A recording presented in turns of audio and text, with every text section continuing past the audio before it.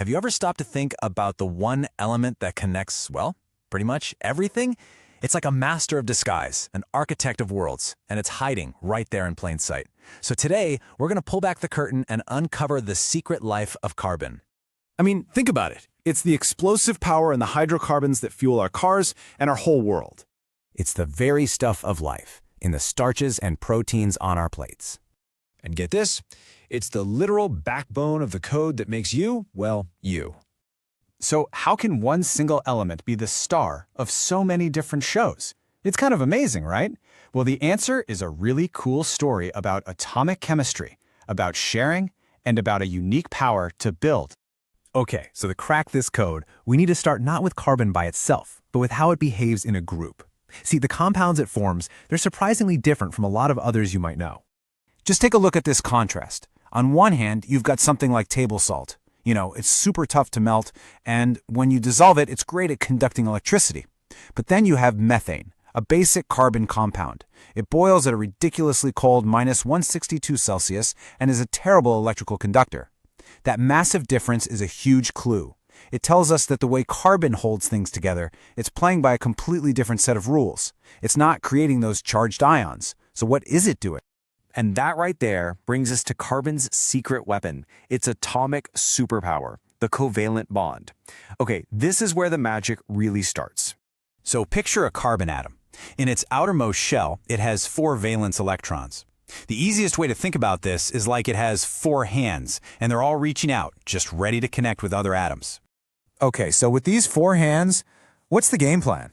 I mean, trying to lose all 4 of its electrons? That takes way too much energy. And trying to gain 4 more? Just as tough. Carbon is in this really unique position. So, it does something absolutely brilliant. The perfect energetic compromise. It doesn't give or take. It shares. And that sharing, that's the whole secret. It creates what we call a covalent bond. By sharing electrons, both atoms get exactly what they want, a stable state without this huge energy cost. And don't mistake sharing for weakness, okay? These are incredibly strong, super stable bonds. They are the very bedrock that allows carbon to build millions of different complex molecules. But here's the thing. Sharing with other elements, that's just the start. Carbon's real party trick is that it loves to share with itself. This ability to form strong bonds with other carbon atoms lets it do something incredible. It can build these huge, stable skeletons. Now, this ability has a pretty cool name, catenation. It's basically carbon's unique talent for linking up with other carbon atoms, just over and over and over again, to form these long, stable chains and massive structures. This is exactly why it's the ultimate molecular architect. And these carbon skeletons, they can take on a few basic shapes. You've got your simple, straight chains, your more complex branched chains, or they can even loop back on themselves to form stable rings. Think of these 3 simple patterns as the Lego bricks for an almost infinite variety of molecules. And these carbon chains, they come in 2 main flavors. First, you have saturated compounds. This is where every carbon atom is linked to its neighbor with a single stable bond. You can think of them as kind of stable, less reactive. Then you have the unsaturated compounds. Now these guys have double or even triple bonds, which are like compressed springs of energy. That makes them way more reactive and basically ready for action. All right, but building the skeletons is only half the story. Carbon's true versatility, its real genius, comes from the way it accessorizes. It bonds with other elements to create molecules with totally new personalities. And this is where functional groups come into play. A functional group is really just an atom or a little group of atoms that swaps places with a hydrogen on that carbon skeleton. The best way to think of them is like specialty tools or accessories that clip onto the main structure. And when they do, they give the entire molecule a new job and a completely new identity. And just look at how powerful these tiny additions are. You start with a simple 2-carbon skeleton called ethane. Now swap 1 hydrogen for an alcohol group and boom, you get ethanol, the alcohol in your drinks. But take that exact same ethane skeleton and add a different accessory, a carboxylic acid group, and you get ethanoic acid, which you and I know as vinegar. Isn't that wild? The same backbone, 1 tiny tweak, and you get a completely different substance. So let's recap. We've got strong bonds, we've got versatile skeletons, and we've got these customizable functional groups. Now let's scale it all up and see how these simple rules create the giant structures that literally shape our world. So what's the result of all this flexibility? Well, get ready for this number. There are about 10 million known carbon compounds. That is more than all the compounds from all the other elements combined.